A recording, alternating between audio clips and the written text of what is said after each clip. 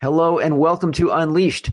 I'm your host, Will Bachman, and I'm excited to be here today with Ivan Oransky, who we were on the Harvard Crimson together many moons ago, something like 3 decades ago. And Ivan is the founder of Retraction Watch, and I'm interested to hear more about that. Ivan, tell me first, just give us an overview of Retraction Watch.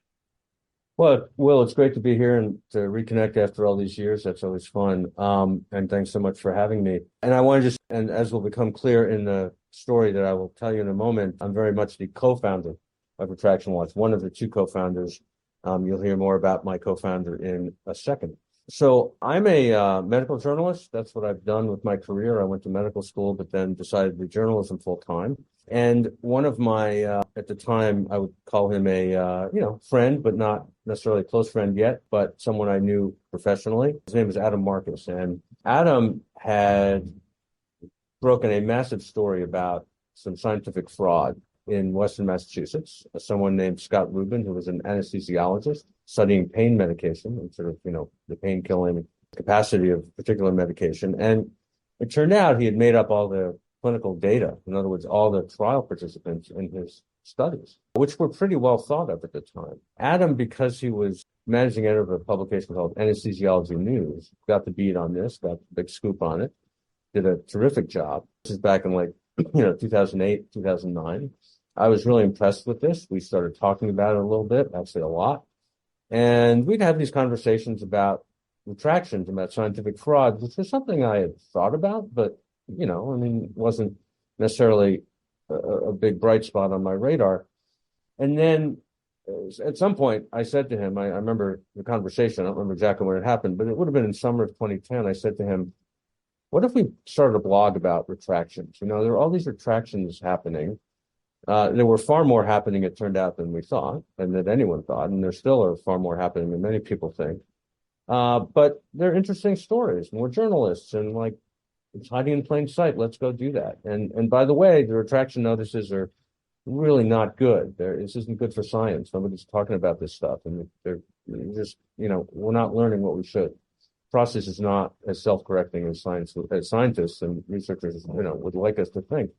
And so we did it, and really thought, Will, that this would be. Adam was actually quoted a couple months later in the Times, actually, saying something to the effect of, well, we thought there were a few retractions a month. Our moms would read it. It'd be fun. Maybe we'd accomplish something, maybe not. Well, that, like many of our predictions, turned out to be way off the mark. And the interest and the traffic to the site, the engagement, the number of tips we get, the number of, times we're asked to speak, at conferences or to the media is just continues to just grow and grow and grow.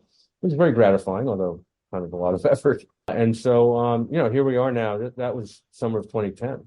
So here we are now, 13 and a half, give or take, years later. And it's still very much going strong. We have a staff of 4. Adam and I are volunteers, have been for the majority of the time we've been at Retraction Watch. We have day jobs, which we're very happy with. But we have 4 staff, who 2 of whom run a database of retractions that we created over time, really that one of those staff members created over time, and was recently acquired by another nonprofit called CrossRef, which is kind of a really, really big player in the space of, metadata and keeping track of scientific data and papers and things like that. And then 2 who are on the journalism side, continuing to do the work that, Adam and I started 13 and a half years ago. And Adam and I still contribute some to that and certainly supervise it and edit it and direct it. But we have 2 staff who are, day to day, really doing the operations. As a physician, or even as a highly educated consumer, what sort of advice would you give to someone of, if you're looking at an article in a medical journal or more broadly, any sort of published article, are there any sort of signs that give you kind of raise the hairs on your back that make you think this seems like something that might be retracted someday? What are the things that kind of raise your suspicions a bit? Yeah, I think, well, it gets to, and I know that education has changed since you and I were in elementary school and what have you, but it gets to the old idea of showing your work, right? Because even if you get to the right answer, if you haven't shown your work, I'm not sure if you know how to get to the right answer again. And so I look for, whether it's news stories, whether I'm reading studies, whether I'm, reading claims by anyone, politicians, people in industry, academics. I look for, show me the evidence, right? So how did you get to that conclusion? What did you draw on? And by the way, can you tell me how sure you are about it, how confident you are in it? And if you look at a continuum of, what, for example, politicians tend to do, which is make big, bold statements and promises without any backup at all, or with a thread of backup that doesn't necessarily hold up. And I'm not saying only politicians do that, by the way, but it's how people typically think about claims that politicians make. To maybe the other extreme, if you will, the other end of the continuum, where you have, a researcher publishing a fairly esoteric and really detail and data-driven article in a peer-reviewed journal, right? That's actually been reviewed by someone, although we can talk more about whether peer review is all it's cracked up to be. That's sort of the continuum. Now, I know which one I trust more. I don't necessarily know I'm going to be able to understand the one I trust more. And so if you're looking, for example, just at a newspaper article, or an online anything, it doesn't have to be in a newspaper, do they link to original sources? And when you're looking at a study, do they cite relevant work? Is it in a journal that seems to have a good track record of actually doing quality peer review? Now, some of those things are not that easy to spot, sometimes by design for a consumer audience, for example. But it really does get back to, show me your work, show me how you got there. And also, what level of humility do you have about your claim? I've become, or maybe I've always been, a sort of stay in your lane guy.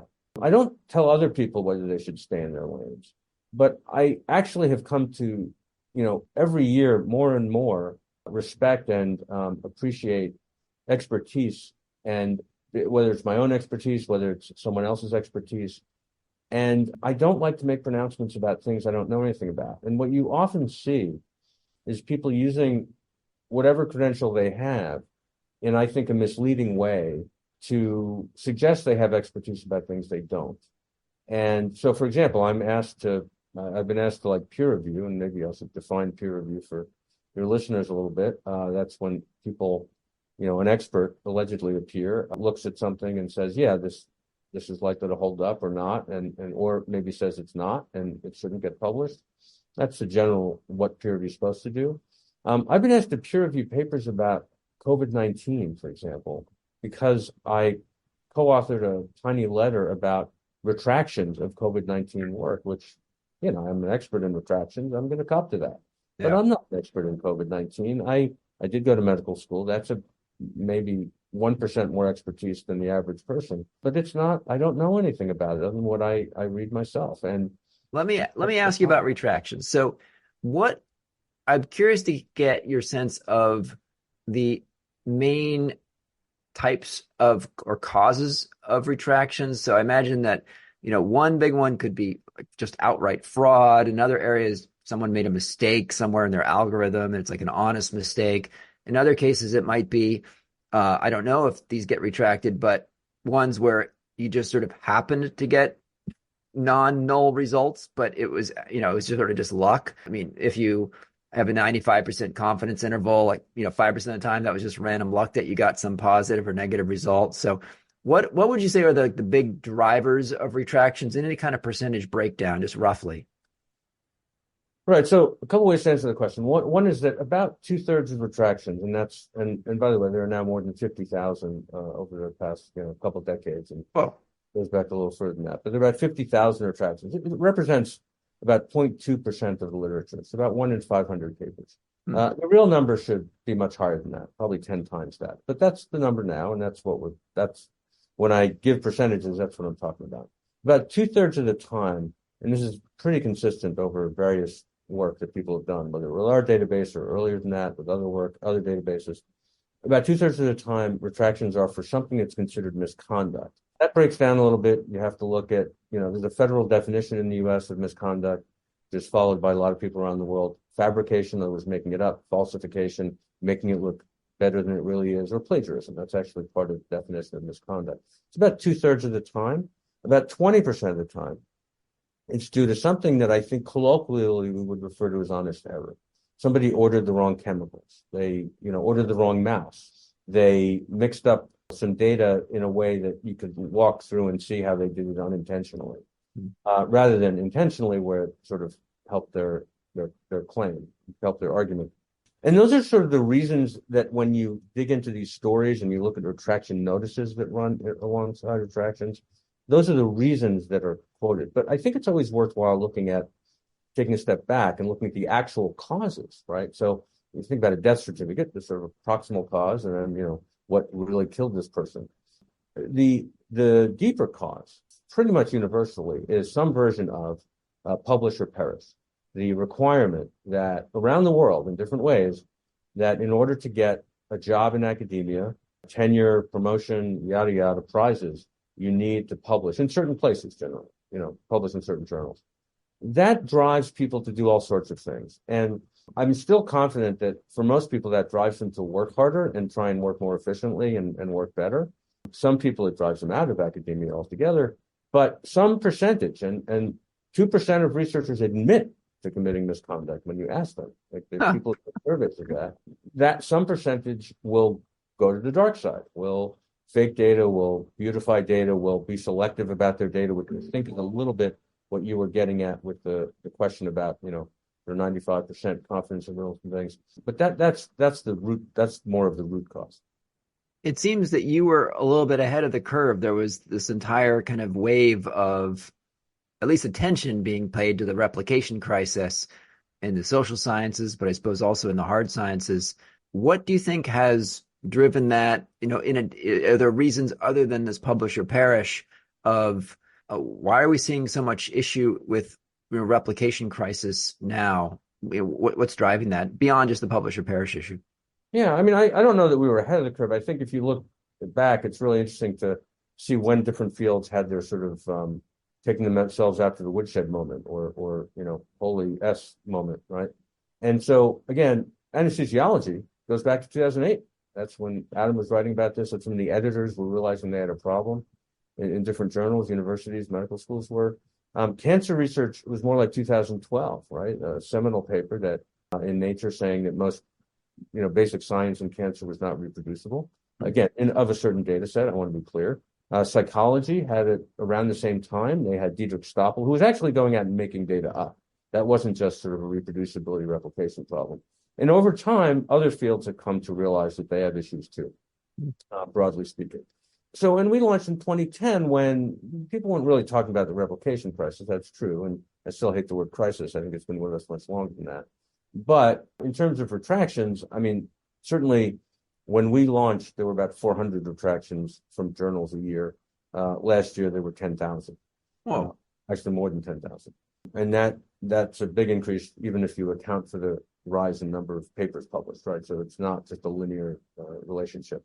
I think, though, why are we seeing all this? I think it still gets back to the same root causes. Replications, by definition, are not new research. They are not new findings. They should be cherished and prized and rewarded, but they're not. And that's because, frankly, I'm being a little bit oversimplistic here. I sometimes do that. I'm a journalist. But, big journals don't like to publish sort of replication. They don't. I mean, they just don't do it. If, therefore, in order to get into a big journal, you need to publish new research, what are you going to do? That's just the market. I mean, that is simple behavioral incentive economics. And that's what you're going to do. And so it all comes back really to the same problem. So what are the incentives for people, or where are these retractions coming from? Who is uncovering them and doing all this work to find these fraud or errors and make them come to light? What kind of incentives are there for people to do that? There's every incentive for them not to, right? Starting with the fact that the vast majority of these people who we refer to as sleuths, other people call them different things, but we've got a page on Retraction Watch that is dozens of their stories, whether there are stories or we link to other people's stories about them. These are the heroes and heroines of this work and of this whole field and of science. And so you have, we have dozens on our page. That's a small number. I mean, there are far more. Some of them are quite well known. People like Elizabeth Bick, as you and I are talking, Sholto David, who's in the UK and Wales. He's been getting a lot of attention for his work, finding serious problems that have led to retraction in Dana-Farber Cancer Institute research. And there are others. We talk to them all the time. Again, they're not paid. The vast majority of them are paid zero, and some of them are paid a pittance. While these huge publishing houses that make billions of dollars in profit every year, some of them have started to hire people like that. Most of them have not. And by the way, even if you just sort of have a way to work for no money, which would be great. I mean, if you've got some suggestions on that, well, I'd love it. But I need to earn a living, and so do these folks. Even if you figure out a way to do that, then you face legal risk. You face lawsuits. Francesca Gino, who's on leave from Harvard found misconduct. She contests that. She's suing the Data Colada folks who really uncovered all those issues for defamation. She's suing Harvard as well, $25 million. And that isn't something that people can or should take lightly. It's rare still for people to sue, but all it takes is one. And it really creates a chilling effect. So these are the people whose work we should be celebrating, we should be rewarding, we should be encouraging. And I think that's starting to happen with all the press attention. I think it's great. The fact that we have lots more people writing about this stuff, and even when we were kind of one of the few in 2010, that makes our lives a little harder as journalists because you don't get as many scoops yourself. But you know what? It's great for the world, and but we need to be doing the same thing for the sleuths.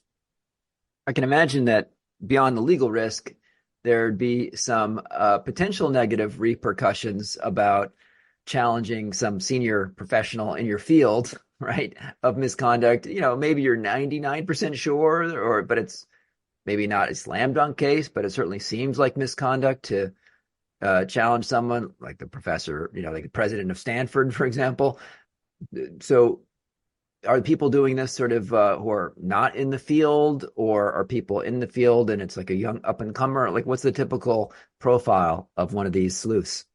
Yeah, it's a good question. So most of them, and I don't want to overgeneralize, but most of them, one way or another, I would put it this way: their career trajectory is not dependent on pleasing or failing to displease, senior members of academia. And I think that's sort of consistent with, me and Adam, right?